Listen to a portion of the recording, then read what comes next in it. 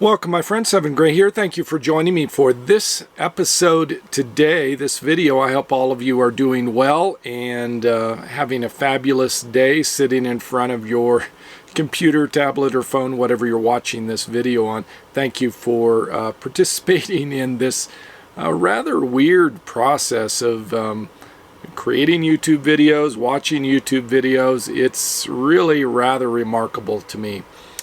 Today's video, a follow-up from the previous video talking about my power steering pump and a tiny little ring here. So let me give you the update on that since you're probably all wondering. But first, let's roll the intro.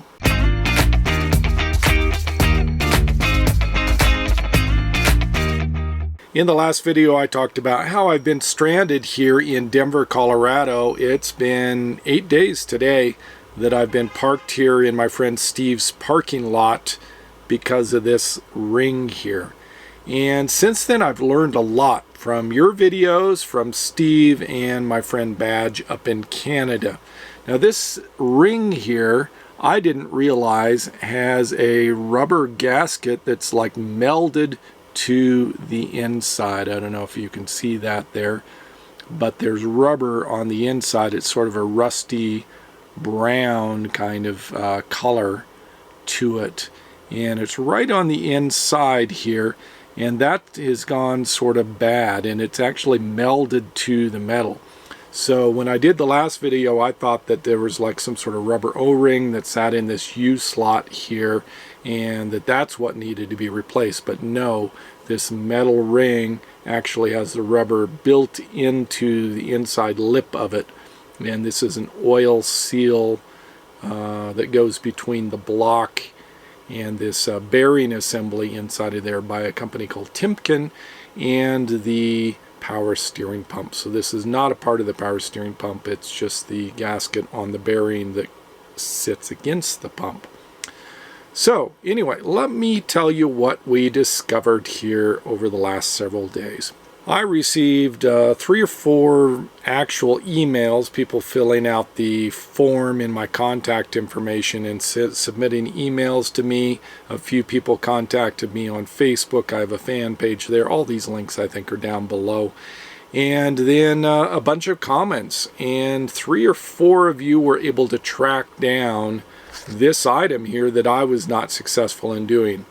And this is a part of a bearing assembly. This is just one of about 5 or 6 components that go into that part. And it's a Timken 3535 bearing that this is a part of.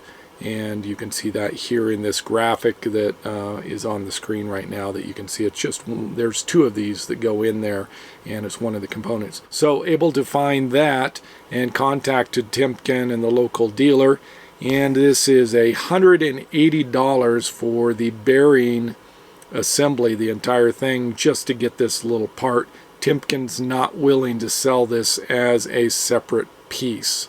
So that's where I'm at now, is I can't get this as a separate piece. So several of you made suggestions that were exactly what Badge told me and what Steve came up with a couple of days ago prior to my conversation with Badge, and I think that's the direction I'm going to go. So what we're going to be doing is using some sort of liquid adhesive, I forget what it's called, which we'll be doing today, and putting that on here to seal this. This is not a pressurized oil seal. There's no pressure on it at all. And Badge told me something interesting. He said that GM motors, for many years, I think of the diesel motors, maybe the gas motors, I don't know, did not use actual gaskets like cork gaskets or the neoprene or velvet or whatever those things are made out of. You guys are the mechanics, you know that stuff. But the traditional gaskets we're familiar with. And instead they used some sort of super white gunky stuff that acted as a gasket. And Badge mentioned this on the phone and I've already forgotten. I'm sure Steve knows what it is. But anyway, that was Badge's recommendation. I guess there's several products, 3 or 4 products that are very, very similar that act in lieu of gaskets in situations like this where you don't necessarily have something under pressure and you just need to have a airtight seal between two surfaces that's not pressurized. So that's what we're going to do, is we're going to use this part and put the gunk on it and mount it back on there, put the thing back together, and it's pretty easy to test it. You just start up the engine. If you're leaking oil, you know you've got a problem, and at that point then I have to shell out $180 to get this. That's full retail price. Found these on Amazon for $80, but they're out of stock, and a couple of eBay references for $70 to $80 where I can get them there. So that would be the next step, is to get the entire assembly and then just pull off the part I need. So this ends up being $80 to $180 little ring here. So that's what's going on. Right now I'm making this video. Steve's on his way over here, and we're planning on doing all this, putting the pump back in today. So let's pause for a second, and then you'll see Steve here on the screen. Being that we cannot find this replacement, we're going to have to reuse it, and it's not going to hold grease. It's not going to hold the oil back the way it's supposed to. So we're going to put a little red and tacky grease on here, and that's pretty much just to give it a little lubrication and hold it in place in the motor while we put the pump back in here. So this thing actually fits over a race inside of there, so that's why you need the lubricant, so that it has something initially so it doesn't tear when you start the motor before the engine oil gets to it. And then we're going to take this gasket and reuse it, but this gasket has oil all over it, so there's no, we could clean it up and try to put glue on it, but the glue's just not going to stick to it. So we're going to use the red and tacky grease again, and we're going to cover this in red and tacky and put this back on. And this is an old mechanic's trick from way back in the day for reusing gaskets, and it actually seals up really well. So that's what we're going to do to get this pump back on here, and hopefully with the leak being gone and switching out to the 2050 oil like the hydraulic pump expert recommended, that we're going to fix the problem with the brakes here fading when this thing gets hot. So here we go.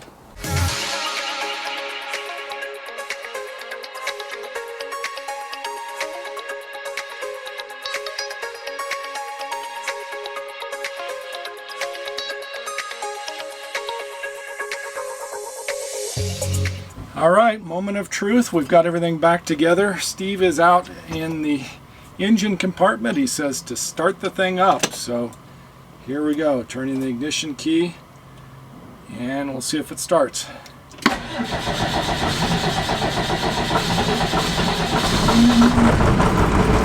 right, here it goes.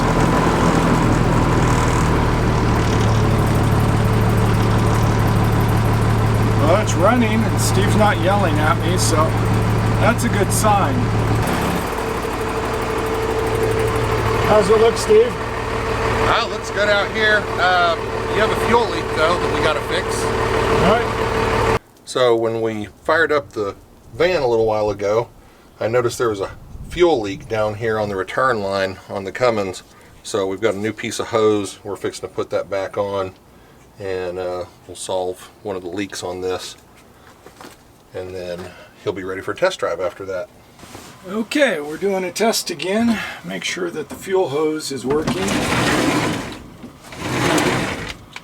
So we're going to start it up here, turning the key. Wait for it to do its little warm-up phase. All right, starting. It started right up.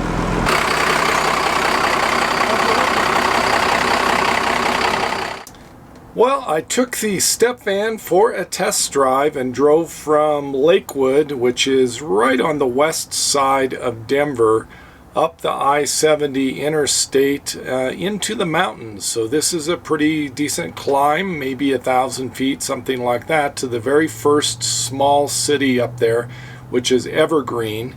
And Evergreen is a wonderful little town, and I typically visit here every single summer.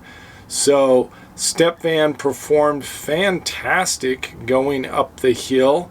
Temperature peaked out around 200, which is normal as I'm climbing hills. And in the past, I would say all last summer when I was driving it, after doing a climb like that and putting the engine under load and the temperature rising, I would always lose brake pressure and power steering, and I would compensate that by shifting to neutral and revving up the engine and keeping the RPMs high, and everything would be fine. Very inconvenient, not really a way to live and continue doing this. So problem solved. It is doing fantastic. Engine is doing great, and the brakes and the power steering are going. I even drove around just sort of puttering around at idles, testing the power steering and the brakes to see if I could duplicate this problem, and it is simply not there. Another benefit, I think, with the fuel line and replacing that is starting and stopping the engine.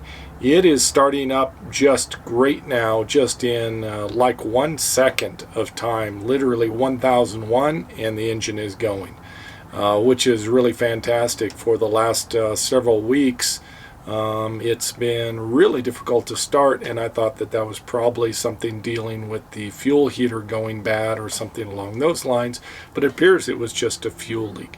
So thank you, Steve. Thank you, Badge, for all the troubleshooting, and thank you to all of the subscribers and viewers who wrote comments of the last video in tracking down that bearing part so that I was able to talk to Timken and figure out how much that piece would be and exactly what it was. Actually, I had one individual who contacted me from a custom gasket shop and offered to cut specific, I think they're laser cut cork and neoprene gaskets for me to fit that. Thank you so much for that.